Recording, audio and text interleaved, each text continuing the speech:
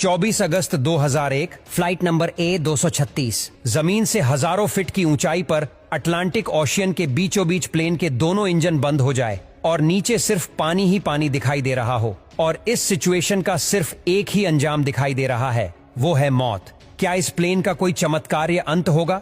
तो आइए जानते हैं इतिहास की सबसे बड़ी दिल दहला देने वाली सच्ची कहानी।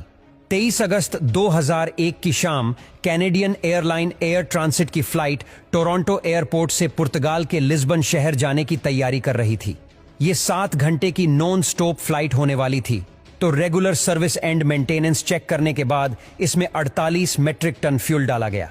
कैप्टन रॉबर्ट पेश और फर्स्ट ऑफिसर जिगर दोनों ही एयरबेस A330 प्लेन को पहले भी कई बार उड़ा चुके थे।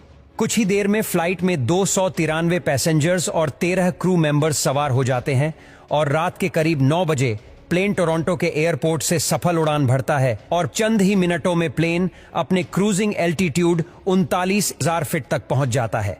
अब तक सब कुछ नॉर्मल चल रहा था और प्लेन में सवार ज्यादातर पैसेंजर्स गहरी नींद में सो चुके थे।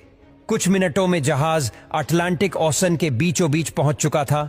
रात के करीब 1 बजे कैप्टन रॉबर्ट पेश की नजर प्लेन के इंजन नंबर 2 के कंट्रोल पैनल की तरफ पड़ी, जहां रीडिंग आ रही थी कि राइट साइड के इंजन में ऑयल प्रेशर काफी पड़ चुका था। साथ ही ऑयल की क्वांटिटी कम और ऑयल टेम्परेचर भी लो इंडिकेट हो रहा था। इस तरह का एरर दोनों पायलट अपने करियर में पहली बार देख रहे थे, इसलिए दोनों ही पायलट तुरंत फ्लाइट मैनुअल को देखते हैं, लेकिन उसमें उन्हें कुछ भी नहीं मिलता और पायलट ने कनाडा में स्थित एयर ट्रांसिट के मेंटेनेंस कंट्रोल सेंटर में फोन किया और इस प्रॉब्लम के बारे में बताते हैं, लेकिन जवाब में उन्हें सिर्फ इतना कहा जाता है कि आप एरर को मॉनिटर करते रहे और हमें इस बारे में जैसे ही कुछ पता चलेगा तो हम आपसे कांटेक्ट करेंगे। उड़ान में कोई दिक्कत नहीं थी, इसलिए पायलट ये सोचकर रिलैक्स हो गए कि शायद कोई फोल्ट सेंसर ऑयल की गलत रीडिंग दे रहा है। करीब आधा घंटा बीत गया, तभी कॉकपिट की स्क्रीन पर कैप्टन के सामने एक और एडवाइजरी मैसेज डिस्प्ले हुआ कि लेफ्ट विंग के मुकाबले राइट विंग में फ्यूल कम है। तो पायलट ने क्रॉस फील्ड वॉल खोलकर फ्यूल को दोनों विंग्स में इक्वली डिस्ट्रीब्यूट कर दिया, जिसे दोनों विंग्स में फ्यूल की क्वांटिटी इक्वल हो चुकी थी। मगर 10 मिनट के बाद कैप्टन को डिस्प्ले में लो फ्यूल वार्निंग दिखती है। तभी चेक करने पर उन्हें पता चलता है कि विंग में दोबारा से फ्यूल कम हो गया है और अब दोनों विंग्स को मिलाकर भी इतना फ्यूल नहीं है जिससे लिस्बन पहुंचा जा सके। इस वक्त प्लेन में सिर्फ 7 टन फ्यूल बचा था और यह भी तेजी से कम हो रहा था। ऐसे में पायलट के पास प्लेन को डाइवर्ट करने के अलावा और कोई रास्ता नहीं था। तभी उन्होंने अपने सबसे करीबी टेरेसीरा आइलैंड में मौजूद लार्जेस्ट एयरपोर्ट पर लैंड करने का डिसीजन लिया और तुरंत ही वहां के ट्रैफिक कंट्रोल से कांटेक्ट करके पूरी बात बताई। लेकिन दोनों पायलट को यह सवाल खाए जा रहा था कि आखिर फ्यूल कम क्यों हो रहा है और क्या हम लार्जेस्ट एयरपोर्ट पर पहुंच भी पाएंगे या फिर नहीं। अब कंडीशन ऐसी थी कि हर 5 मिनट में 1 टन फ्यूल खत्म हो रहा था। अब उनके पास सिर्फ 25 मिनटों का फ्यूल बचा था, जिससे टेरेसीरा आइलैंड पहुंचना भी मुमकिन नहीं था।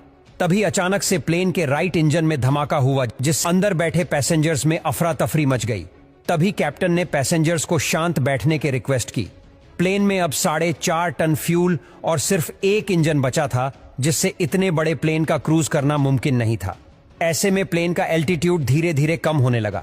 अब प्लेन में सिर्फ 600 ग्राम फ्यूल बचा था और वो भी अब अपनी मंजिल से 240 किलोमीटर दूर था। तभी कैप्टन को जिसका डर था वही हुआ।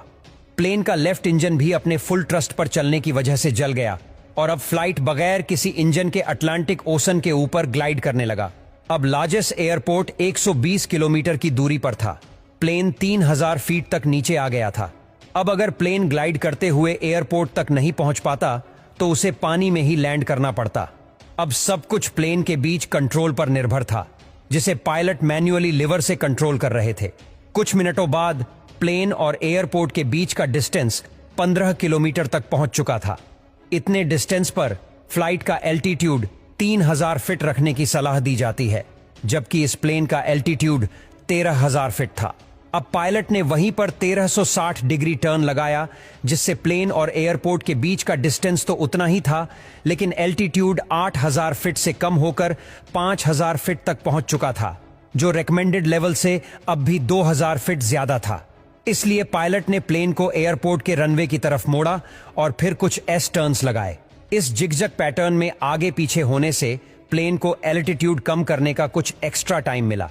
अब नॉर्मली लैंडिंग के वक्त प्लेन की नोज को ऊपर रखने के लिए फिलिप्स और इंजन थ्रस्ट का इस्तेमाल किया जाता है, लेकिन पायलट इंजन थ्रस्ट के बिना फिलिप्स को भी नहीं खोल सकते थे, क्योंकि ऐसा करने से फ्लैप से मिलने वाला एयर ड्रैग प्लेन को और आगे झुका देता और क्रैश लैंडिंग हो जाती।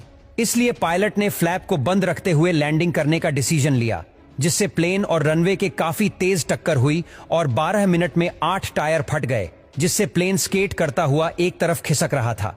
लेकिन कैप्टन ने बड़ी ही सूझबूझ से धीरे धीरे ब्रेक लगाई और आखिरकार प्लेन रुक गया। लेकिन तभी प्लेन की लैंडिंग गियर में धमाके के साथ आग भड़क उठी। हालांकि रनवे के पास मौजूद इमरजेंसी क्रू ने उस आग को तुरंत ही बुझा दिया। इस तरह एयर ट्रांसिट फ्लाइट 236 के जांबाज पायलट ने 306 मुसाफिरों की जान बचाई और आज तक ये इतिहास का ऐसा इकलौता प्लेन है जिसने बगैर किसी इंजन के इतनी ज्यादा देर तक ग्लाइड करते हुए अपनी मंजिल तक पहुंचने का रिकॉर्ड बनाया है।